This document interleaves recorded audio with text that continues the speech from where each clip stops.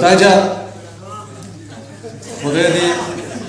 خدای دې دغه شان ښکلې او ښایسته لره ماشاءالله. د مړ ارمان په جنازه مې اوږه ستړې شوله، لږه شېبه پس مې د زړه درزا ته کېناستمه. د پلار په کور باندې مې وینځې غلامانې پرېښي، د نواب لورو مخ راغلم تا ته کېناستمه. ټوله دنیا مې مني ښه یمه ته څه خبرې، زه ګوره داسې سړی نه یمه ته څه خبرې. ټوله دنیا مې مني ښه یمه ته څه خبرې، زه ګوره داسې سړی نه یمه ته څه خبرې.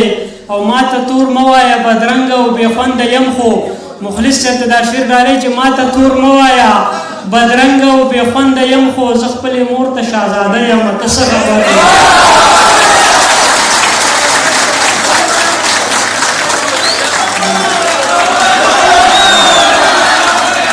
ما ته تور مه وایه بدرنګه او بې خونده یم، خو زه خپلې مور ته شهزاده یم ته څه خبرې. او ته چې راغلی باور دې شه دروغ نه وایم، ته چې راغلی باور دې شه دروغ نه وایم. درېیمه شپه ده چې نشه یم ته څه خبرې. ته چې راغلی باور دې شه دروغ نه وایم، درېیمه شپه ده چې نشه یم ته څه خبرې. او د خلکو ما اوره راځه زما په خوا کې کښېنه، د خلکو ما اوره راځه زما په خوا کې کښېنه، زه خو د مینې مدرسه یم ته څه خبرې. د خلکو ما اوره راځه زما په خوا کې کښېنه، زه خو د مینې مدرسه یم ته څه خبرې. او ما ته په ګپ کې چېرته هم د جدایۍ مه وایه فیاض صاحب، ما ته په ګپ کې چېرته هم د جدایۍ مه وایه، زه به د مرګ په خوب وده یم ته څه خبرې. ما ته په ګپ کې چېرته هم د جدایۍ مه وایه، زه به د مرګ په خوب وده یم ته څه خبرې. او د زړه بازار دی د مردان په شان د خلکو ډک دی، د زړه بازار دی د مردان په شان له خلکو ډک دی، زه پکې یم او که نه یم ته څه خبرې. د زړه بازار دی د مردان په شان له خلکو ډک دی، زه پکې یم او که نه یم ته څه خبرې. او بهر د ورځې غوندې تاجه رڼاګانې شیندم، بهر د ورځې غوندې تاجه رڼاګانې شیندم، کور ته چې ننوځم شپه یم ته څه خبرې.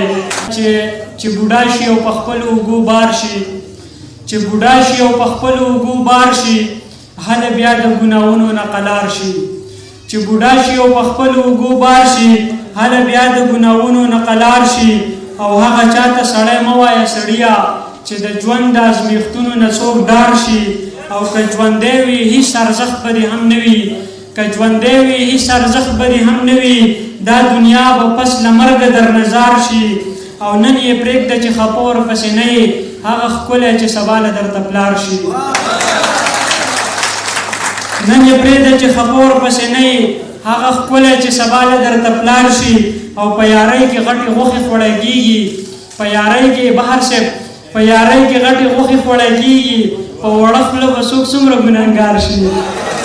په یارۍ کې غټې غوښې خوړی کېږي، په وړه خوله به څوک څومره ګنهګار شي. او تاجه هلته به په ځان ورته راکېږي چې خپل ښه درته د خپلې غاړې هار شي. ډېره مننه.